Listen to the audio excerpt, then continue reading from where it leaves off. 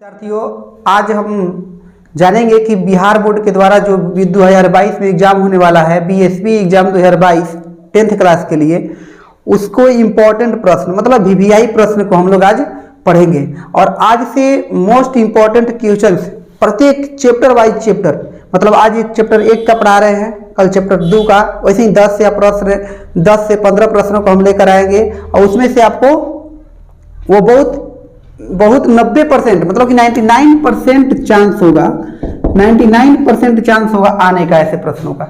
तो कोशिश कीजिएगा इस ऐसे प्रश्नों को हो सके तो अच्छे से पढ़कर जाइएगा और पूरा दम अच्छे से कर आइएगा उसको, ठीक है। तो पहला हम प्रश्न पर जाते हैं। पहला प्रश्न है 135 और 225 का मसा यूक्लिड विभाजन एल्गोरिथम का प्रयोग कर ज्ञात करें। प्रयोग कर किसका? तो यूक्लिड विभाजन एल्गोरिथम। सबसे पहले जानना होगा कि यूक्लिड विभाजन एल्गोरिथम क्या कहता है। देखिए यूक्लिड विभाजन एल्गोरिथम क्या कहता है, देखेंगे यहाँ सहल में यूक्लिड विभाजन एल्गोरिथम, यूक्लिड विभाजन एल्गोरिथम से यूक्लिड विभाजन एल्गोरिथम कहता है कि ए बराबर बी क्यू प्लस आर, ए बराबर बी क्यू प्लस आर।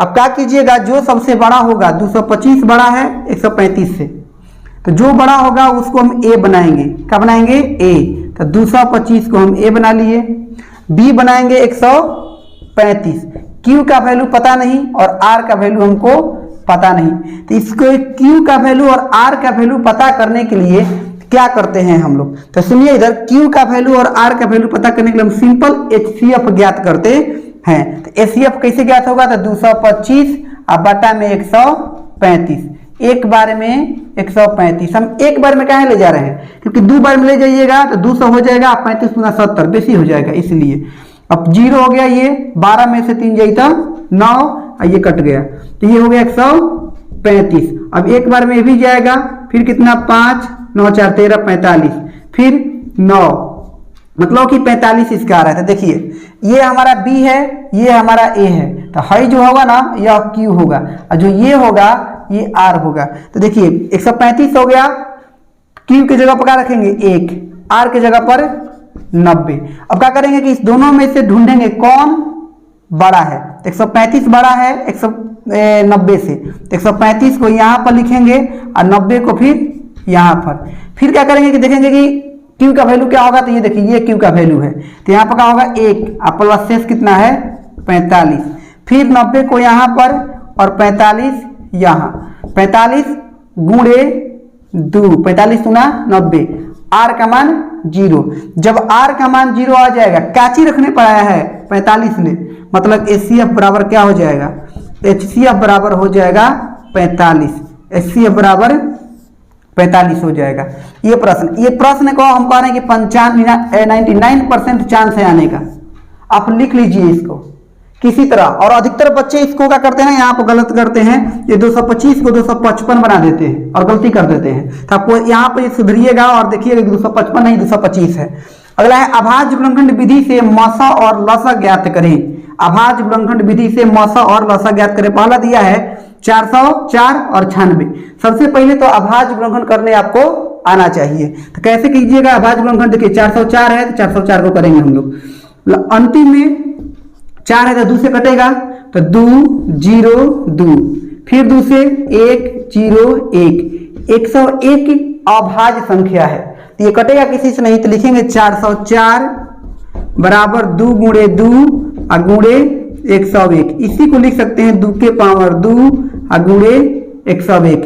अब 96 है तो 96 को लिखेंगे, 96 को लिखेंगे और 96 लिख कर यहाँ पर फिर इसका अभाज्य गुणनखंड करेंगे।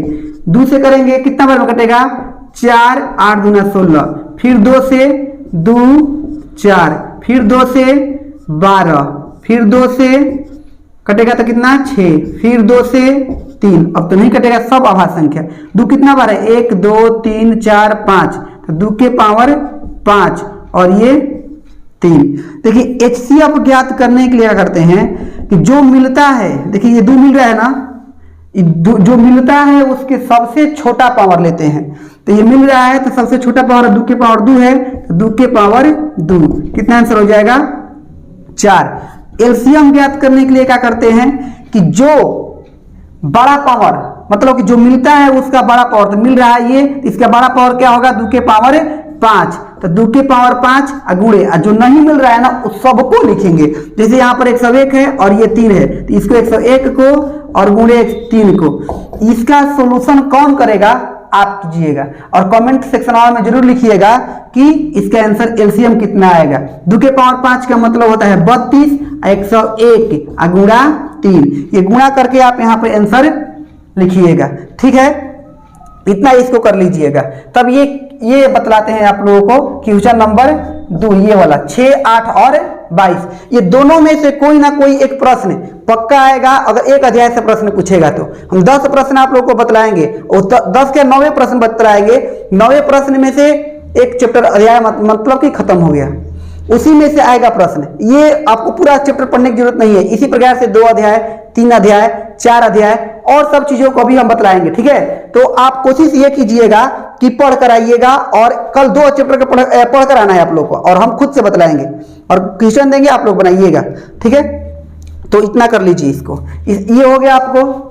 अब देखिए इसका दूसरा नंबर कैसे करेंगे, इसे गुणा करके कमेंट सेक्शन में जरूर लिखिए कितना, देखते हैं कौन बच्चा लिखता है। ठीक है, नहीं तो खाली बस सो जा रहे हो और देखते जा रहे हो भाई, ये गलत है, एग्जाम का पार पे तुम लोग का। ठीक ना, आगे देखो क्वेश्चन नंबर 2 इसका, ये वाला तो हो गया। क्वेश्चन नंबर 2 6, तो 6 का तो सब लोग जानता है, भाज्य गुणनखंड 2 गुणे 3। 8 का भी जानता है, 2 गुणे 2 मतलब 2 के पावर 3, और 22 को भी 2 गुणे 11। HCF ज्ञात करने के लिए क्या करते हैं, तो सबसे छोटा पावर लेते हैं। तो सबसे छोटा पावर क्या है, जो मिल रहा है वो 2 है। क्या है 2 है, तो ले लेंगे हम लोग 2। ठीक है, और जो नहीं HCF हो गया हमारा 2। एलसीएम क्या हो गया, जो मिल रहा है उसका सबसे बड़ा पावर, तो मिल रहा है ये वाला 2 के पावर 3, 2 के पावर 3, और क्या हो जाएगा 2 के पावर 3 के बाद लेंगे, देखिए 1 3 नहीं मिल रहा है और 11 नहीं मिल रहा है, तो 3 गुणे 11, 3 गुणे 11, तो ये गुणा कर लीजिएगा और इसका भी आंसर बतलाइएगा कितना होता है। देखते हैं कौन कौन बच्चा यहाँ पे इसका आंसर देता है। ठीक है, कमेंट सेक्शन में बतलाइएगा इसका आंसर। ठीक है, तो ये 2 इंपॉर्टेंट क्वेश्चन है। अब अगला प्रश्न हम लोग 3 करेंगे। चलिए अगला प्रश्न है, अगला प्रश्न आपके सामने है 3 नंबर, कि सिद्ध करें कि 5 माइनस रूट 3 एक अपरिमेय संख्या है। तो अपरिमेय संख्या है तो क्या करेंगे हम लोग, पहले इसकी जस्ट अपोजिट मानते हैं हम लोग। माना कि 5 माइनस रूट 3 एक परिमेय संख्या है। माना कि 5 माइनस रूट 3 एक अपरिमेय संख्या है। जब ये परिमेय संख्या है बबुआ, तो इसको हम क्या लिख सकते हैं, P बटा Q के रूप में लिख सकते हैं। बोलो, जब P जहाँ आकार लिख देंगे, P और Q सभाज्य संख्या है, P Q सभाज्य संख्या है, मतलब इसका केवल गुणनखंड 1 है। ठीक है, तो यहाँ पर देखिए क्या करेंगे हम लोग, ये यहाँ पर इस -5 को बराबर को उधर विदा कर देंगे। क्या कर देंगे, इस 5 को बराबर को उधर देंगे, कितना होगा माइनस रूट 3 अब बराबर P बटा में Q और माइनस 5। देखिए ये पूरा पार्ट, देखिए ये वाला पूरा पार्ट, ये पूरा पार्ट आपको एक पूर्णांक दिखाई दे रहा है, जबकि रूट 3 क्या है, एक अपरिमेय संख्या है। तो यहाँ पर लिखेंगे चूंकि P बटा Q माइनस 5 एक परिमेय संख्या है, परिमेय संख्या है, और रूट 3 एक अपरिमेय संख्या है। P बटा Q माइनस 5 एक परिमेय संख्या है और √3 एक अपरिमेय संख्या है। तो बताइए कि एक परिमेय संख्या एक अपरिमेय संख्या के बराबर कैसे हो सकता है। हम ये जानते हैं कि P/Q ये परिमेय संख्या है, P परिमेय संख्या में से परिमेय संख्या घटाने पर परिमेय संख्या आएगा, लेकिन आया कितना √3 अपरिमेय संख्या। अतः लिखेंगे हमारा मानना गलत है, हमारा मानना गलत है। √3 एक √3 नहीं बाबू 5 माइनस √3 5 माइनस √3 एक अपरिमेय संख्या है, अपरिमेय संख्या है। ये बहुत हल्का है और आपको 2 नंबर दे कर जाएगा, पक्का देकर जाएगा। आपको होमवर्क के तौर पे हम 2 प्रश्न देते हैं, आप उस होमवर्क को बनाकर फोटो खींचकर और मेरे व्हाट्सएप पर सेंड कर दीजिएगा। मेरा व्हाट्सएप का नंबर है 9852660731। ठीक है, तो ये मेरा व्हाट्सएप नंबर है, यहाँ पर सेंड कर सकते हैं। ठीक है, तो अगला प्रश्न है, देखिए होमवर्क के रूप में आपको देते हैं क्या चीज HW कि √3 एक अपरिमेय संख्या है, अपरिमेय संख्या है। दूसर का ये थोड़ा सा आने का चांस थोड़ा बनता है, इसका 70% चांस है कि ये आएगा, इसका तो चांस 99% है कि ये आएगा। ठीक है, जिस प्रकार से पेपर ले रहा है बिहार बोर्ड या फिर उसका ऑफिशियल मॉडल सेट का हम सोल्यूशन जो कराए हैं उसके अकॉर्डिंग लग रहा है कि ये प्रश्न आएगा। √3 एक अपरिमेय संख्या है। ठीक है, एक और है इसमें कि 5 3 + 2√5 एक अपरिमेय संख्या है। 3 + 2√5 एक अपरिमेय संख्या है। ये आपको 2 होमवर्क है। ठीक है, अगला क्वेश्चन है 3 हो गया 4 नंबर कि 1.34 को परिमेय संख्या के रूप में लिखें, परिमेय संख्या के रूप में लिखें। बहुत आसान है, 1/3 1/3 4 और बटा में 100। ये मत सोचिएगा कि इसके ऊपर रेकरिंग है, रेकरिंग नहीं है। बहुत सारा बच्चा ऑफलाइन के बच्चा गलती किया था इस बार, यहाँ पर 99 कर दिया था, सोच रहा था कि सर जी यहाँ पर रेकरिंग दिए, नहीं बाबू रेकरिंग नहीं दिए हैं, बिना इसी दिए हैं। ठीक है, तो पॉइंट हटाएंगे तो नीचे में 2 को 0 बैठ जाएगा। अब इसको कटा दो, 2 से कटाएंगे तो 6 7, 2 से कटाएंगे 50। अब ये कटने वाला है, नहीं कटने वाला है, 67/50 ही परिमेय संख्या हो गया। यही आपका आंसर हो जाएगा। ठीक है, अगला क्वेश्चन 5 नंबर है। 5 नंबर क्वेश्चन आपका है यूक्लिड विभाजन एल्गोरिथम का प्रयोग कर 196 और देखिए 196 और 38 220 का HCF ज्ञात करें। ये बहुत फेमस क्वेश्चन है, बहुत बच्चा तो इसके आंसर तक जानता होगा, याद भी कर लिया होगा। ठीक है, तो क्या करेंगे हम लोग, देखिए दोनों में से बड़ा कौन है अभी बताएं। यूक्लिड विभाजन एल्गोरिथम पहला जो क्वेश्चन था जस्ट टू सी लाइक, क्या करेंगे हम लोग 38 222 बड़ा है, एक जगह पर रख लिए, ए बराबर होता है यूक्लिड विभाजन परिमीका से a बराबर BQ + R। तो 38 220 बराबर b की जगह पर 196। अब कितना रखे थे देखो बाबू, 195 बार में ये कट जाएगा, हम भागा दिए हैं, तू लोग को भी पता होगा। R के मान 0, तो इसके HCF डायरेक्टली कितना निकल के आ जाता है 196 आता है। कितना आता है 196। तो ये 5 प्रश्न हो गए।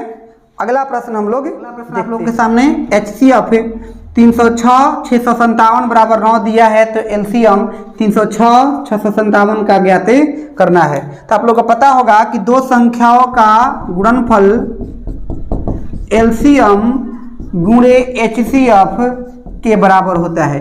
इस बात को भी याद रखिएगा, क्योंकि ये डायरेक्टली पूछ लेता है 1 नंबर में कि एक पहली संख्या गुणे दूसरी संख्या बराबर क्या होता है, तब LCM गुणे HCF। जितने भी प्रश्न इंपॉर्टेंट करा है ना वो 2 अंकीय है। एक अध्याय से 5 नंबर के प्रश्न नहीं पूछे जाते हैं, याद रखिएगा। ठीक है, पहले 3 नंबर के प्रश्न पूछे जाते थे, लेकिन जब से ये ऑब्जेक्टिव आया है तब से 2 अंक कर दिया गया है। देखिए यहाँ पर पहला गुणे दूसरा बराबर एलसीएम गुणे एचसीएफ। तो पहली संख्या क्या है आपका 306, दूसरी संख्या क्या है 657। एलसीएम हमको तो ज्ञात करना है। एचसीएफ कितना है तो एचसीएफ हमारा 9। तो हमको एलसीएम पता है, ये है गुणा में बराबर किधर आएगा तो क्या हो जाएगा